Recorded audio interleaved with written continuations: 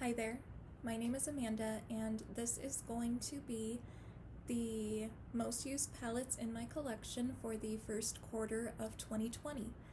And I got inspired by somebody I just watched recently. I don't remember her name off the top of my head, but I will go ahead and link that video down below. She just talked about some of the most used palettes so far within the year of 2020, and I thought it'd be a fun idea to do the same. And the way that I figured out the palettes that I used the most in 2020, I went on my Instagram, and it is at Use It Up Makeup. I will link it down below if you're interested in seeing my panning projects and seeing empties and seeing makeup of the days, things like that. You can follow me there for some more content. But the way that I determined whether or not a palette was used the most, I do post most of my looks on my Instagram, and I just went ahead and looked at my archive, and I kind of already document what palettes I use within my looks, so I just kind of tallied up from there. And the most used palettes in my collection, I actually tallied it up, but I have 6 palettes that I used more significantly than any of my other 20 palettes, and they're pretty much all within 1 or 2 uses of each other. I thought including all 6 would be the best way to show what palettes I've used the most. You'll be able to see which palettes are used the most if you keep on watching.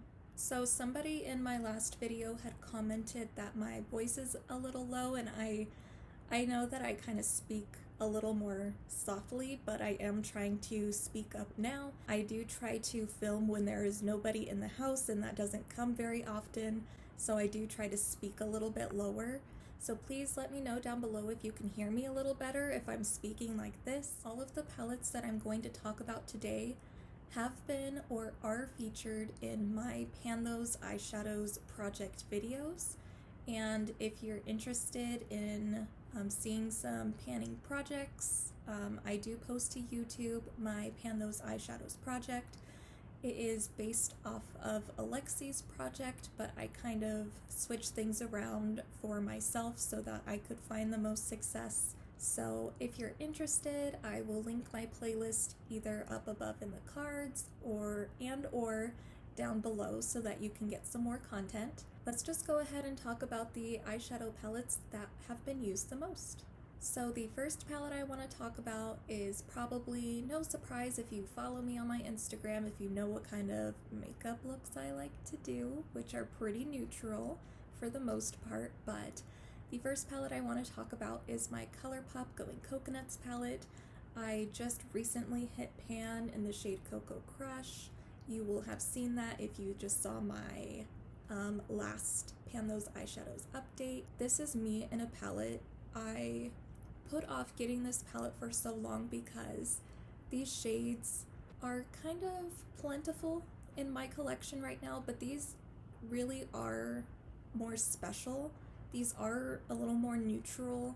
If I have these kinds of colors, they're leaning more towards like either a warm or a cool tone, but these are definitely more neutral, and I think they have a special place in my collection. And if you watched my last video, you know that I had said that I think I could finish this palette all the way up, and I definitely still think that. This is just me in a palette. The palette in the number 5 spot goes to my Colorpop Blush Crush palette. This was also featured in my most recent Pan Those Eyeshadows project. It took a while to hit pan in that pink shade, which is part of the reason why I think this is featured as one of my most used palettes right now. But this is definitely super cutesy for spring. I was using the shade all over my lid, and it's definitely a look. So, I really have enjoyed this palette, and I think in the future when I roll this back into my Pan Those Eyeshadows project, I think this will be a lot of fun to use, and especially seeing how I can incorporate this shade a little more subtly than I have The palette that I'm putting in the number 4 spot goes to my ABH Soft Glam palette. This is one of the most used palettes in my collection. It's one of my favorite palettes overall, and I'm not going to show you the inside because you probably already know what it looks like, but this is also currently within my Pan Those Eyeshadows project, and I don't want to give any spoilers right now. This has been prominently featured in my Pan Those Eyeshadows project, so I definitely think that is why it is in the number 4 spot. But I do not mind at all. I love using this palette. I love all the looks that I create with this. This is just a very me palette. The palette that I'm putting in the number 3 spot might be a surprise to you if you watch my Pan Those Eyeshadows videos. It's the Colorpop Flutter by palette. This one I didn't reach for a whole lot, I felt like, but I was stepping up my usage towards the end of April, so that's part of why this is featured in this video.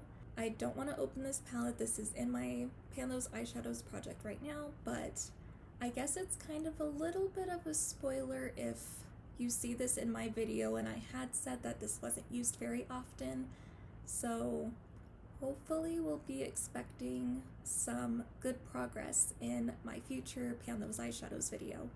The palette that I'm putting in my number 2 spot, my biggest palette in my collection, is the Jaclyn Hill palette. This palette, you know, I do enjoy it.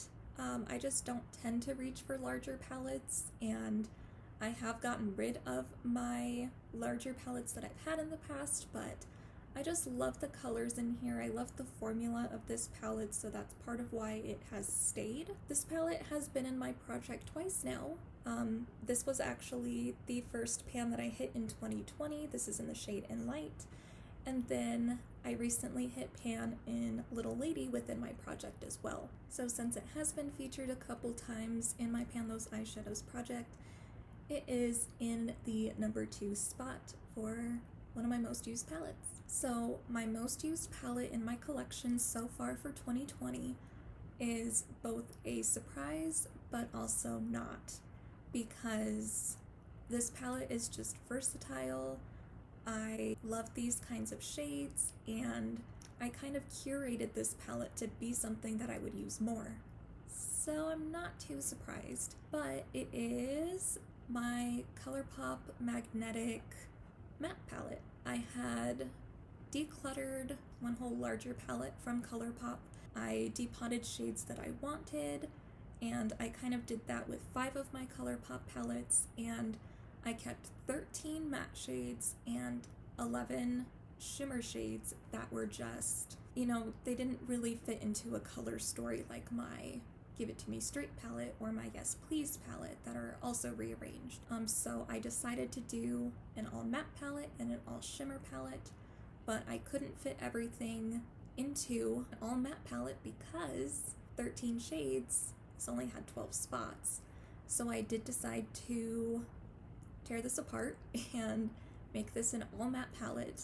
If I'm thinking more critically about it, I have actually had this palette on my mind quite a bit. I have rearranged this palette to be an all matte palette before. I had recently rearranged it again, and I had included shimmers back into this palette, and then I decided that I didn't want to do that. I really liked it more as an all matte palette, and then I destroyed it a little bit, which I don't want to give away too much, but I did destroy it so that I could fit all 13 of my matte shades into this palette and then keep my all shimmer palette, all shimmers with the 11 shades.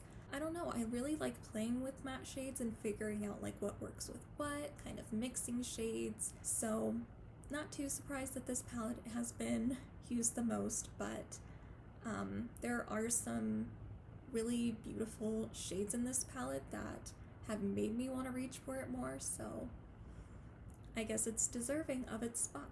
So if you liked this video, if you want to continue seeing it, if I should do this in the next quarter of the year, please let me know down below. I know that I would be curious to see which palettes are replaced, which ones may still be in the top spot.